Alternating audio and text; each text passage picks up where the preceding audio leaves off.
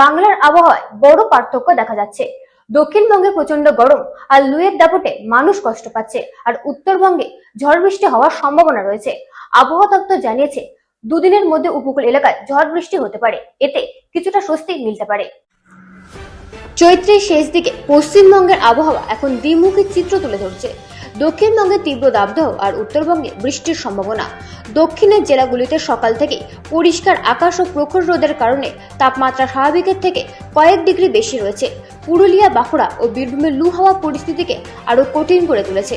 অন্যদিকে হিমালয় সংলগ্ন এলাকায় ঘূর্ণাবর্তের প্রভাবে দার্জিলিং, কালিম্পং ও জলপাইগুড়িতে বৃষ্টি ও দমকা হওয়ার পূর্বাভাস রয়েছে। আবহাওয়া দপ্তরের মতে, বঙ্গোপসাগরের আর্দ্র হাওয়া দক্ষিণবঙ্গে ঠিকমতো প্রবেশ করতে না পারায় সেখানে বৃষ্টির অভাব দেখা দিয়েছে। তবে আগামী 48 ঘন্টায় উপকূলবর্তী জেলাগুলিতে কালবৈশাখীর সম্ভাবনা রয়েছে, যা সাময়িক স্বস্তি দিতে পারে। ইতিমধ্যেই কিছু এলাকায় মেঘলা আকাশ ও হালকা বৃষ্টি দেখা গেছে, যদিও বজ্রপাত ও ঝড়ের ঝুঁকিও থাকছে। এই পরিস্থিতিতে চাষিদের জন্য সেচের পরামর্শ দেওয়া হয়েছে এবং সাধারণ মানুষকে গরম থেকে বাঁচতে সতর্ক থাকতে বলা হয়েছে। ব্যুরো রিপোর্ট, রাত দিন নিউজ নেটওয়ার্ক।